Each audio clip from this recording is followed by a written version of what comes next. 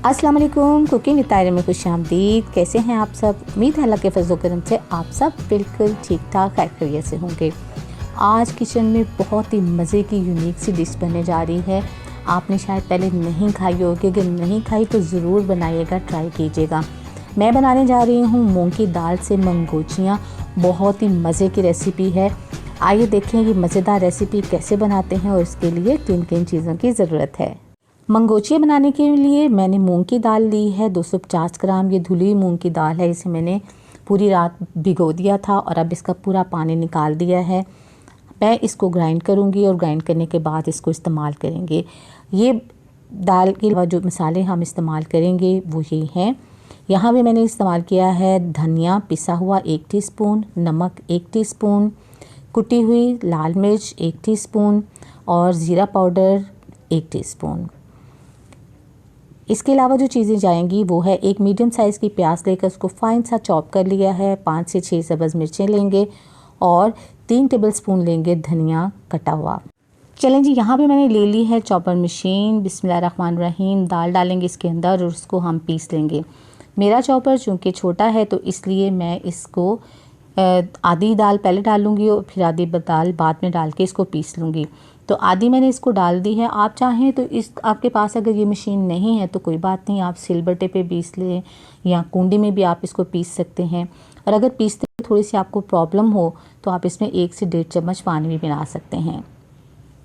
तो ये देखिए मैंने इसको पीस लिया है अच्छे से। अब इसको देख लेते हैं। ये देखें माशाल्लाह से बहुत अच्छा फाइन सा इसका पेस्ट बन गया है। ये देखिए मैंने इसमें पानी बिल्कुल शामिल नहीं किया, उसके बगैर ही इसको पीस लिया है। लेकिन अगर आपको प्रॉब्लम हो तो आप इसमें 1 से 1.5 चम्मच पानी मिला सकते हैं।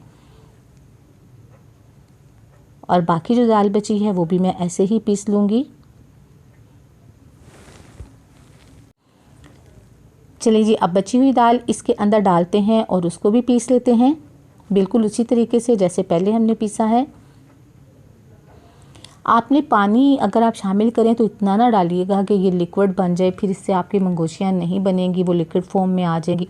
आप थिकनेस का ख्याल रखिएगा। जिस तरह मैं आपको बता रही हूँ आपने बिल्कुल वैसे ही बनानी है।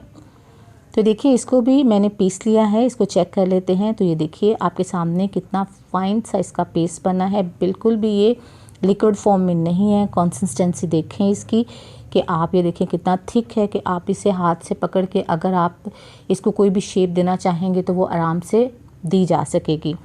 तो देखिए ये हमारी दाल अच्छे से पिस गई है। अब इसके अंदर हमने जो भी मसाले और चीज़ें डालनी हैं वो डालेंगे और उसको मिक्स करेंगे इसमें। तो चलिए अब सबसे पहले इसके अंदर बिस्मिल्लाहिर्रहमानिर्रहीम चॉप की हुई प्याज डाल देते हैं। कोशिश कीजिए प्याज का पानी निकाल लें क्योंकि फिर इसका पानी रिलीज़ होता है तो ये थोड़ी सॉफ्ट हो जाती है। साथ ही इसके सब्ज़ धनिया डाल देंगे। थोड़ा सा सब्ज़ धनिया बचा लिया है गार्निशिंग के लिए और साथ ही इसमें तमाम मसाले जो अभी बताए थे वो इसके अंदर डाल देते हैं और इनको अच्छे से मिक्स कर देते हैं।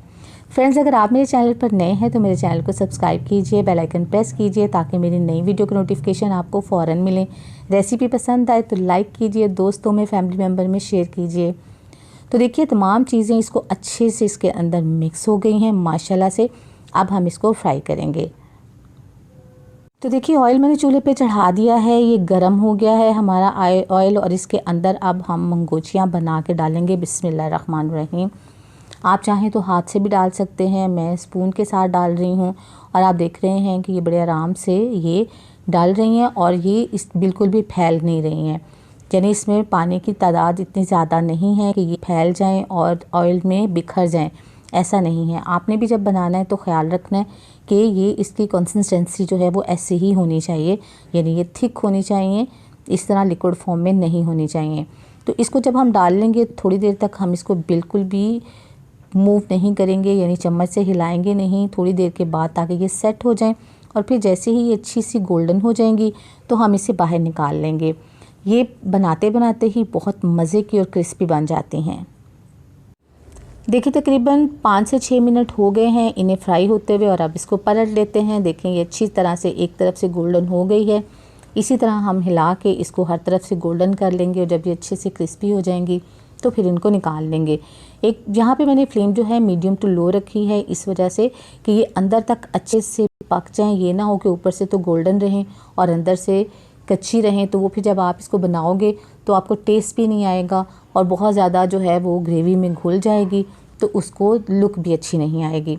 तो इस बात का ख़ास ख्याल रखना है कि इसको अच्छे से फ्राई करना है ताकि अंदर तक अच्छे से ये पक जाएं। तो देखिए माशाल्लाह तमाम मंगोचियाँ हमारी अच्छे से फ्राई हो गई हैं। ये देखिए माशाल्लाह एक जैसा कलर आ गया है और अब इसको हम बाउल में निकाल लेते हैं। आप किसी भी प्लेट में निकाल लें, किसी बाउल में निकाल लें इसको। और इतनी क्रिस्पी सी इसकी आवाज़ आई है ना, बहुत ही ज़बरदस्त माशाल्लाह। और ऐसे ही हम तमाम मंगोचियाँ निकाल लेंगे। अगला बैच भी ऐसे ही रेडी कर लेंगे और जब तक ये कंप्लीट नहीं होगी तमाम हम ऐसे ही रेडी करेंगे।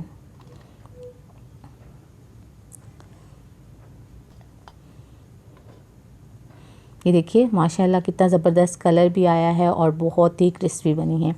तो ये सेकंड बैच था जो मैंने डाला हुआ था, ये भी रेडी हो गया है। और फर्स्ट बैच में से मैंने 3-4 खा भी ली हैं। वो इतनी मज़े की बनी है और इतनी टेस्टी हैं कि बस रुक ही नहीं सकी। तो अब बाकी नहीं खानी, बाकी का सालन बनाना है। तो इसको निकाल के हम साइड पे रख लेते हैं और आगे नेक्स्ट प्रोसेस देखते हैं कि ग्रेवी बनानी है तो उसके लिए हमें किन किन चीज़ों की ज़रूरत है, आइए देखते हैं। ग्रेवी या शोरबा बनाने के लिए जो चीज़ें हमें चाहिए उसमें मैंने 2 मीडियम साइज़ के प्याज लेकर उनकी पेस्ट बना ली है। 1 टीस्पून अदरक और 1 टीस्पून का लहसुन का पेस्ट है और 1 टमाटर लेकर उसे क्यूब्स में मैंने काट लिया है। मसालों में जो चीज़ें इस्तेमाल होंगी, 1 टीस्पून नमक, 1.5 टीस्पून सुरख मिर्च, 1/2 टीस्पून हल्दी, 1 टीस्पून धनिया पाउडर और 1 टीस्पून भुना हुआ कुटा हुआ ज़ीरा। और इसके अलावा जो मेन चीज़ जाएगी जो इसका मज़ा और जायका दुबाला करेगी वो है दही। यहाँ मैंने 1/2 कप दही लिया है जो हम यूज़ करेंगे, ग्रेवी अच्छी बनेगी। ये जी कढ़ाई मैंने ले ली है, बिस्मिल्लाहिर्रहमानिर्रहीम। 1/2 कप इसमें ऑयल डालेंगे और फिर उसके बाद ये गर्म हो गया है तो इसके अंदर डालते हैं बिस्मिल्लाहिर्रहमानिर्रहीम लहसुन अदरक का पेस्ट डाल देते हैं इसमें और इसको तकरीबन 30 से 35 सेकंड के लिए हम फ्राई कर लेते हैं। 30 से 35 सेकंड में ये अच्छे से फ्राई हो जाएगा, इसकी खुशबू आने लग जाएगी तो फिर इसके अंदर हम प्याज का जो पेस्ट हमने बनाया था वो इसमें शामिल कर देंगे। तो ये देखें ये अच्छे से फ्राई हो गया है माशाल्लाह से। अब हम इसके अंदर डाल देते हैं प्याज का पेस्ट जो बनाया था। पेस्ट इसलिए बनाया था ताकि ग्रेवी अच्छी बने और प्याज़ों को गलने में टाइम लगता है, बिस्मिल्लाहिर्रहमानिर्रहीम। तो इसलिए पेस्ट इसका बना लिया है ताकि जल्दी जल्दी एक तो काम हो जाए और दूसरा ये है कि वो ज़रा देखने में लुक अच्छी आए। आपको पता है शोरबा जब हम बनाते हैं तो उसमें अगर साबुत प्याज आ जाते हैं या जहाँ साबुत अदरक लहसुन आ जाता है तो टेस्ट अजीब सा हो जाता है। तो इसलिए उससे बचने के लिए इसका पेस्ट बना लिया है। अब देखें ये फ्राई हो रहा है तो साथ ही हम इसमें डाल देते हैं बिस्मिल्लाहिर्रहमानिर्रहीम टमाटर डाल देते हैं। अब टमाटरों को हमने इतना इसमें फ्राई करना है कि अच्छे से इसका हल्का सा पिंक सा गोल्डन सा कलर आ जाए, सारे टमाटर इसमें मिक्स हो जाएं और प्याज हमारा अच्छे से फ्राई हो जाए। उस वक्त तक हमने इसे फ्राई करना है। तो देखिए माशाल्लाह कलर इसका अच्छा आ गया है। अब हम इसमें डाल देते हैं तमाम मसाले जो हमने रखे थे, बिस्मिल्लाहिर्रहमानिर्रहीम। अच्छा मसाले आप अपनी मर्ज़ी से भी स्पाइसेस को कम ज़्यादा कर सकते हैं, अकॉर्डिंग टू योर टेस्ट। आप उसको बढ़ा घटा सकते हैं जैसे आपका दिल चाहे। अब इसमें थोड़ा थोड़ा सा पानी डालेंगे और इसको अच्छे से इसकी भुनाई कर लेंगे। मसाले की भुनाई जितनी अच्छी होगी आपका शोरबा उतना अच्छा बनेगा और आपका जो सालन है वो खाने में मज़ा देगा। और अगर ये अच्छी तरह भुनाई नहीं होगी तो फिर वो खाने में वो लज्जत नहीं आती, वो मज़ा और वो जायका नहीं आता। तो देखिए थोड़ा थोड़ा पानी डाल के इसको मैंने अच्छे से ये देखें फ्राई कर लिया है, इसका ऑयल सारा ऊपर आ गया है। अब मैं डालूँगी इसके अंदर दही, बिस्मिल्लाहिर्रहमानिर्रहीम। दही डालने के बाद इसको थोड़ा सा हम भूनेंगे और फिर इसको कवर कर देंगे ताकि दही जो है वो सारा उसका पानी खुश्क हो जाए, ऑयल आ जाए। तो फिर उसके बाद हम इसमें पानी शामिल करेंगे।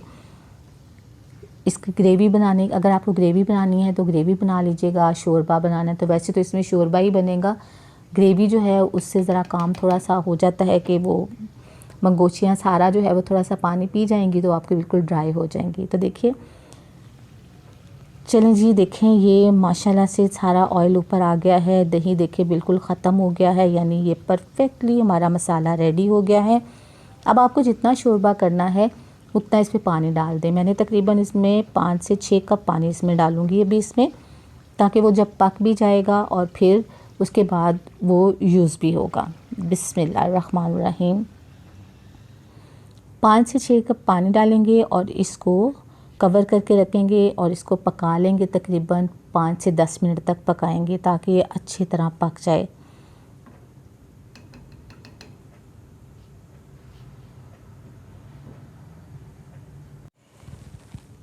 चलिए जी, इसको चेक कर लेते हैं। तकरीबन 15 मिनट हो गए हैं इसको पकते हुए, तो ये माशाल्लाह अच्छे से पक गया है। इस स्टेज पे अगर आप चाहें तो इसका नमक वगैरह टेस्ट कर लें, कम हो तो और डाल दें। अब हम इसके अंदर मंगोचियाँ डालेंगे और उसको बिल्कुल लो फ्लेम के ऊपर इसको पकने के लिए छोड़ देंगे। बिस्मिल्लाहिर्रहमानिर्रहीम।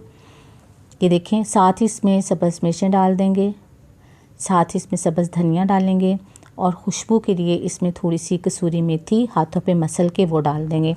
अब इसको कवर करेंगे और करीबन 10 मिनट तक इसको लो फ्लेम पे पकाएंगे और फिर उसके बाद इसको डिश आउट करके निकालेंगे इसको। तो मिलते हैं 10 मिनट के बाद। तो देखिए जी, सालन हमारा हो गया है माशाल्लाह से रेडी। अब हम इसको डिश आउट करेंगे और आपको दिखाएंगे इसकी फाइनल लुक, ये कैसा लग रहा है। चलिए जी, हमने प्यारी सी अपनी डिश ले लिया है यहाँ पे और अब इसमें बिस्मिल्लाहिर्रहमानिर्रहीम माशाल्लाह देखिए कितनी ज़बरदस्त लुक आई है हमारे मंगोचियों के सालन की। माशाल्लाह माशाल्लाह।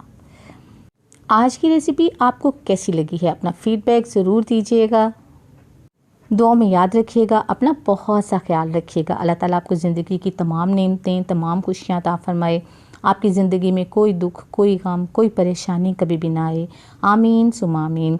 नेक्स्ट वीडियो तक के लिए तायरा को इजाज़त दीजिए। अल्लाह हाफिज़।